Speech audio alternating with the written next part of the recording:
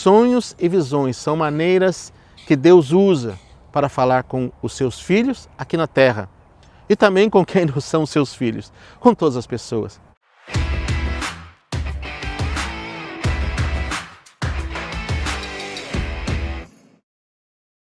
Isso é muito claro em toda a Bíblia, tanto no Velho como no Novo Testamento.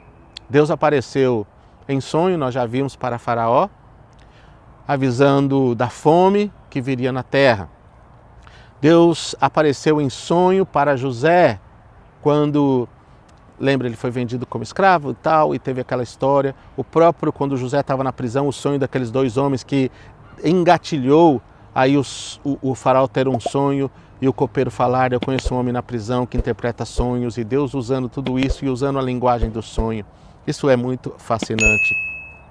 Jacó teve o sonho de uma escada ligando os céus e a terra, um sonho profético significativo.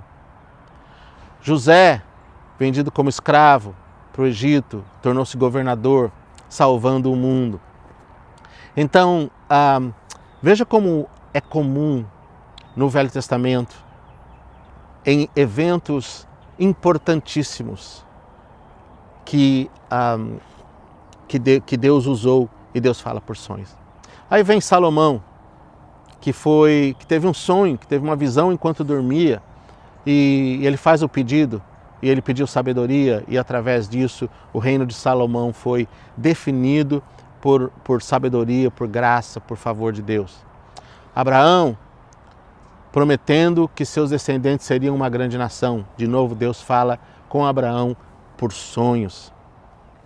Aí José, pai de Jesus, nós já falamos, os sábios do Oriente. Pedro, que teve um êxtase enquanto descansava, enquanto esperava o almoço, e teve uma visão. Paulo fala de sonhos que ele teve. João e várias outras pessoas.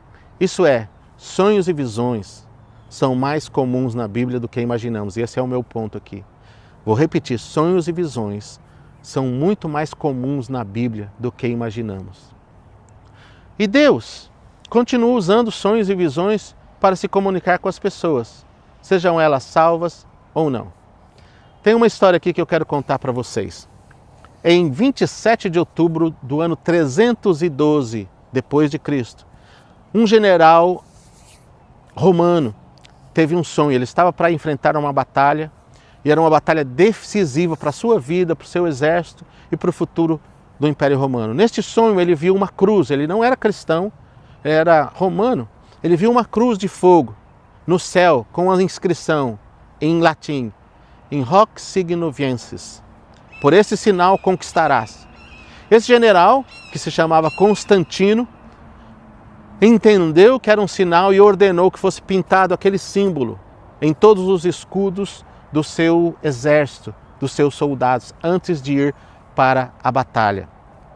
E com esse símbolo nos escudos e nas bandeiras, ele venceu a Batalha da Ponte de Milvão, uma batalha histórica, que desencadeou a tomada dele do poder, e ele se tornou imperador único de Roma. Haviam 4 generais, ele venceu todos, ele se tornou imperador de Roma, que estava dividido, o império por muito tempo estava guerreando entre si, e Constantino consolida esse domínio.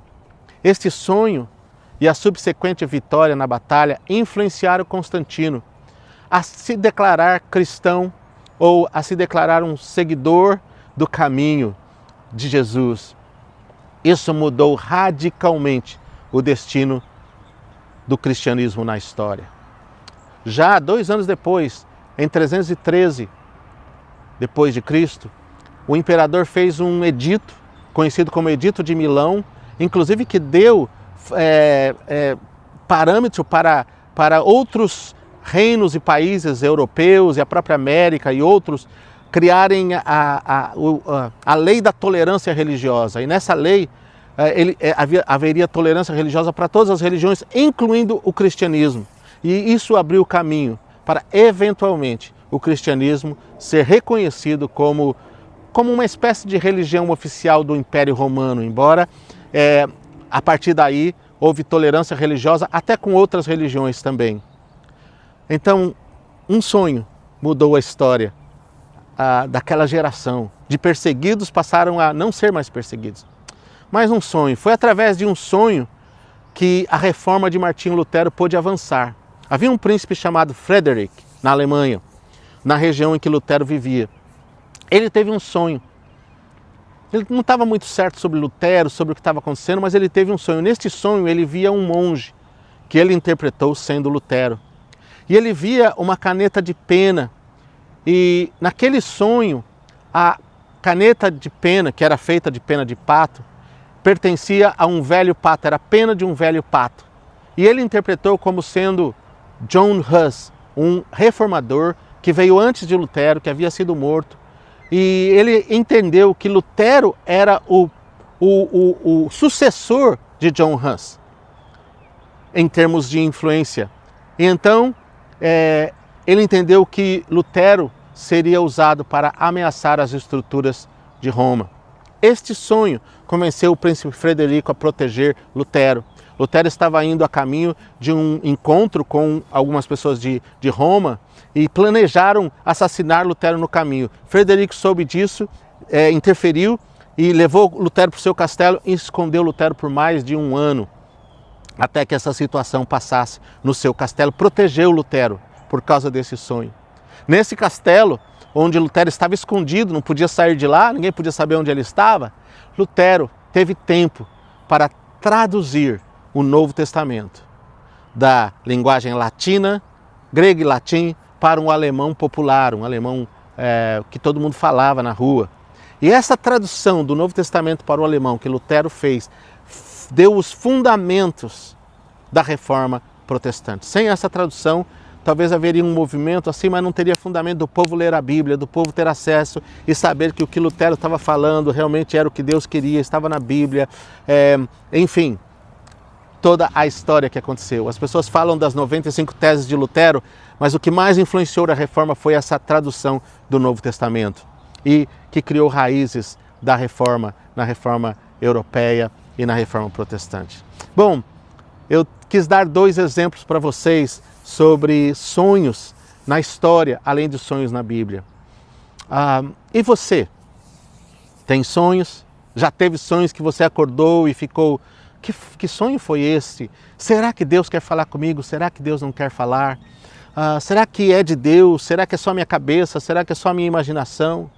Eu já tive alguns sonhos pontuais, não sou uma pessoa que sonho frequentemente. Eu conheço pessoas, minha esposa Jaqueline é uma das que sonha frequentemente e ao longo da nossa jornada, da nossa caminhada de vida familiar, de trabalho, houveram sonhos que Deus, com certeza deu para ela, porque se cumpriram depois ou determinaram coisas que aconteceram na nossa vida especificamente, lugares, cidades, lugares que ela viu em sonhos e tudo mais. Eu já tive alguns sonhos que foram significativos na minha jornada, talvez 3 ou 4 ao longo desses 40 anos de caminhada, servindo ao Senhor, ajudando outros, ensinando.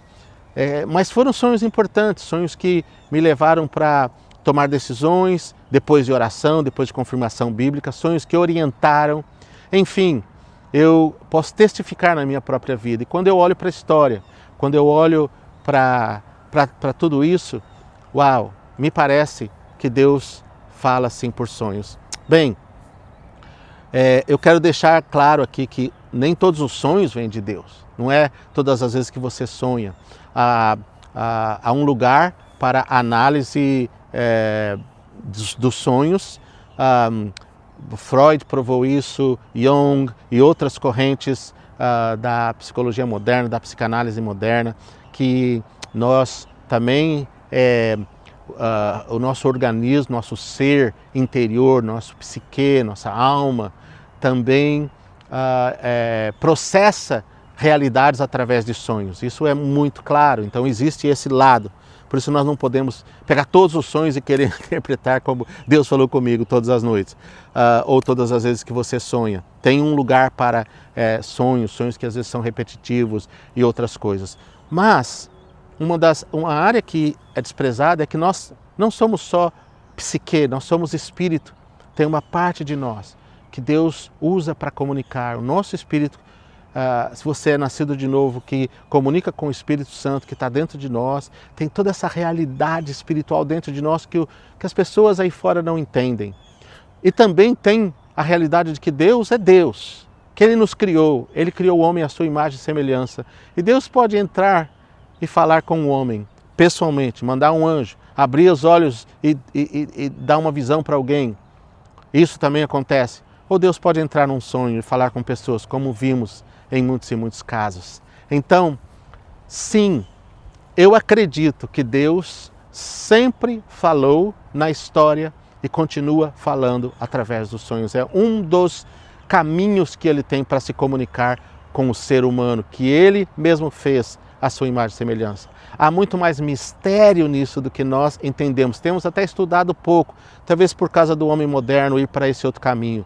Talvez tenha uma volta para a gente olhar para isso. Não com radicalismos, não com extremismos carismáticos, com extremismo místicos de que também todo, cada detalhe de sonhos e tudo que você tem é Deus falando, mas com um balanço.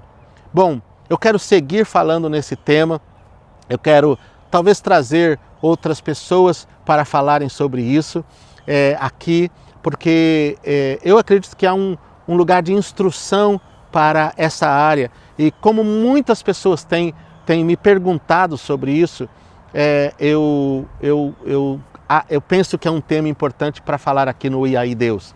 Se você, de repente, teve um sonho, manda esse sonho para mim. Eu não sou um grande intérprete de sonho, mas ao longo dos anos eu já li vários livros, tanto eu quanto a Jaqueline, minha esposa, nós já lemos vários livros sobre interpretação de sonhos, materiais muito preciosos e muito bons, tanto na área secular, vamos dizer assim, como na área teológica, bíblica, há muito material. Então, manda para mim o seu sonho, manda outras perguntas, interaja aqui comigo, vamos caminhar, vamos crescer. E de novo, fale desse canal, assine o canal, mande para as pessoas, me ajude a crescer o canal. E aí Deus pode ser um canal de influência, não para que eu seja um influenciador, que não é esse o meu objetivo, mas é ensinar e a caminhar com vocês, tá bom? Um grande abraço, fiquem aí na paz, na graça de Deus e que vocês continuem crescendo e aprendendo cada vez mais. Continua aqui comigo no E aí Deus. Um grande abraço, até a próxima.